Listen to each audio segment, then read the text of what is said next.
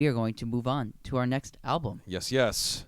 which is going to be Jenny Lewis's Joy. Y'all, Jenny Lewis has been a solo artist for the better part of this decade. 2006, her first solo release by Conor Oberst's Team Love Records.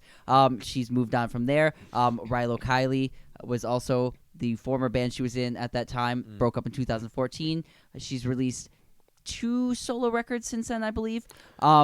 And Joy Y'all is her latest release.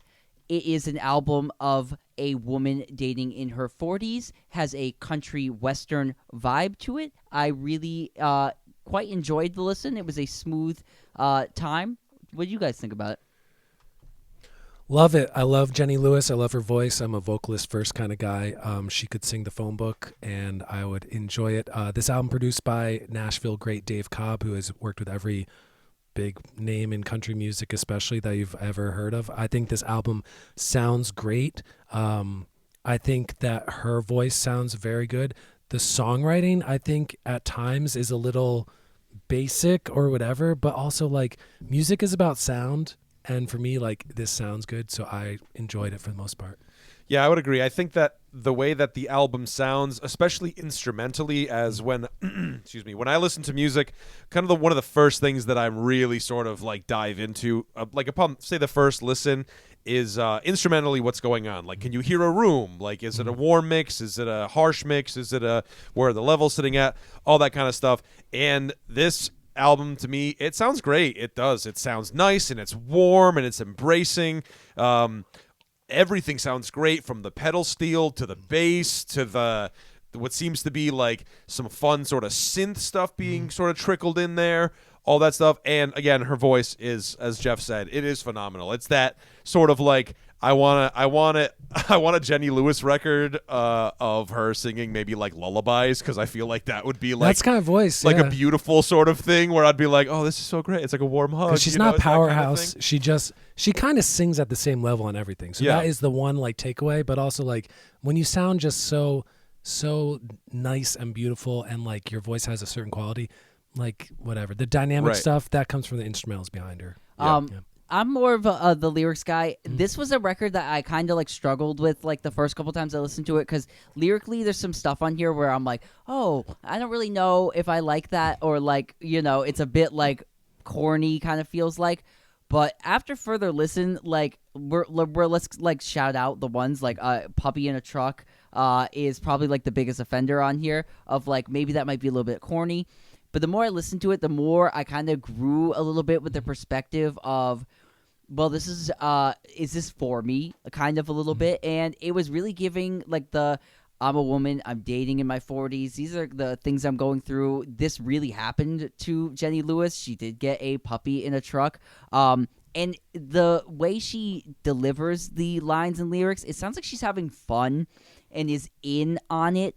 Also, Jenny Lewis, I think, has written some more like serious material before, where like this is kind of like a let's have fun with the kind of struggle I'm going through. And I think that side of it shines out through it with a couple more listens. But on first thing, I was like, oh, Puppy in a Truck is a little hard for me to wrap my head around. Yeah, that's the.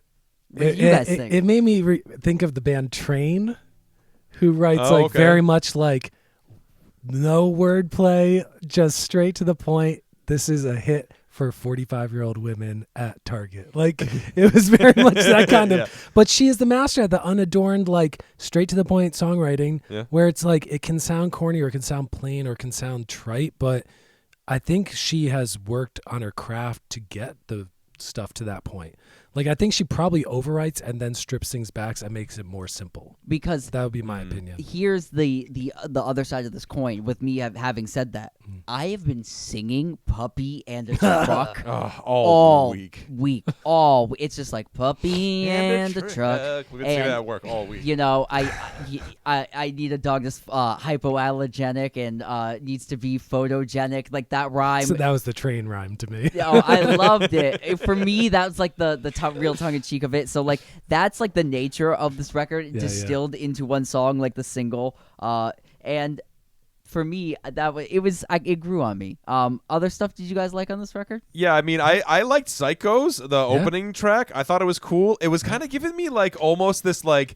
Do you remember when, the song "New Light" by John Mayer? Oh yeah, it kind of gave me that sort of a vibe, and then also maybe like a little Fleetwood Mac-ish with like some Laurel country Canyon, with some country twang over it. The lap steel work on that, like coming right out the gate, was great, and like that real nice like southern warm organ kind of thing, you know. Drop down your bass in that song. Where she goes, drop down your bass, and he does it. The bass player Come cuts on, man, out. you got to. Yeah. It's great production. Yeah.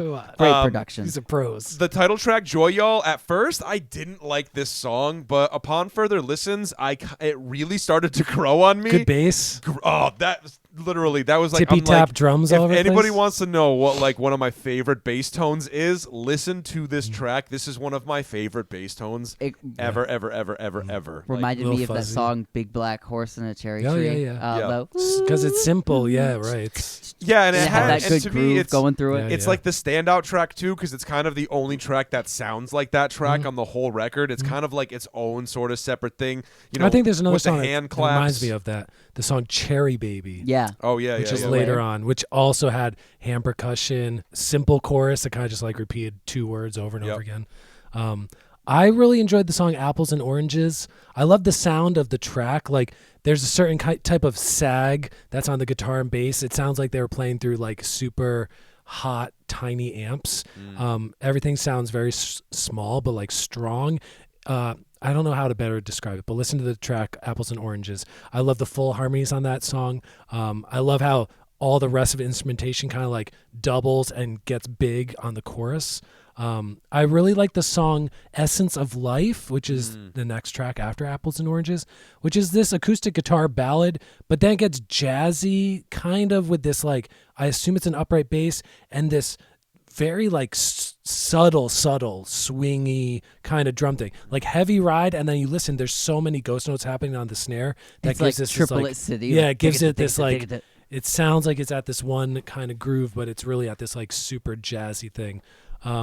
I like the song "Balcony" a lot, which had another like kind of rhythm trick in it, where it had this kind of like gallop type of thing underneath the part where it has all the woos all over the place.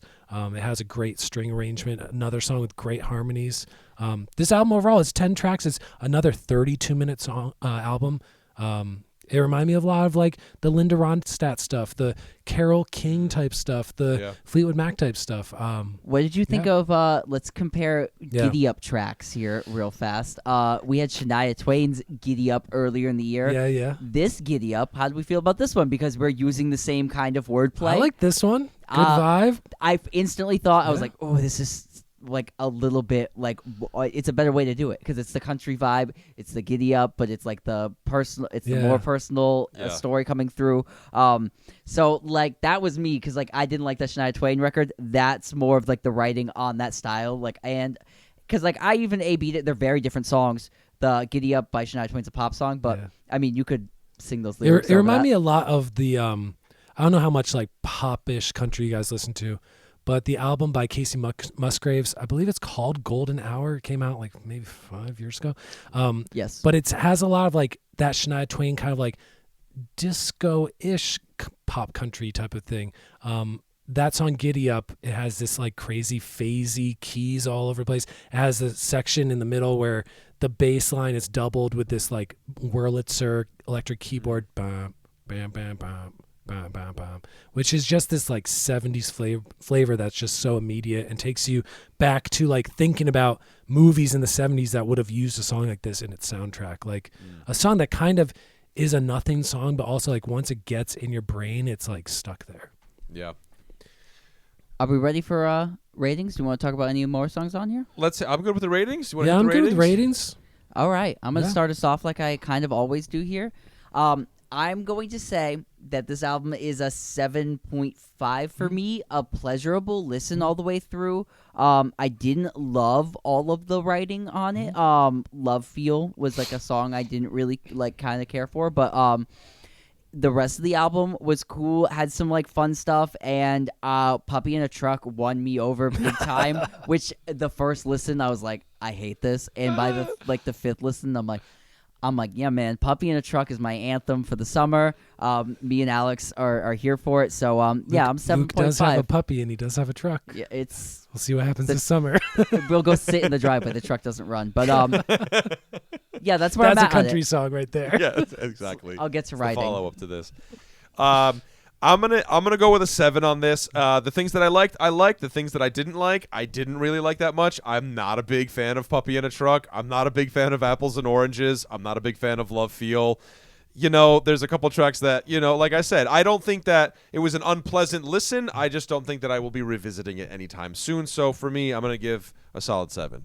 I love Jenny Lewis's voice, and I like enough of this songwriting that I will come back and listen to this album. And if I skip 2 or 3 tracks, I skip 2 or 3 tracks. But I might just listen to it all because it's 32 minutes. Why not just put on the whole thing? I'm going 7.5. There you have it. Let us know in the comments below what you think. Did you like it? Did you love it? Are you a puppy? Are you a puppy? Do you Or own a a truck?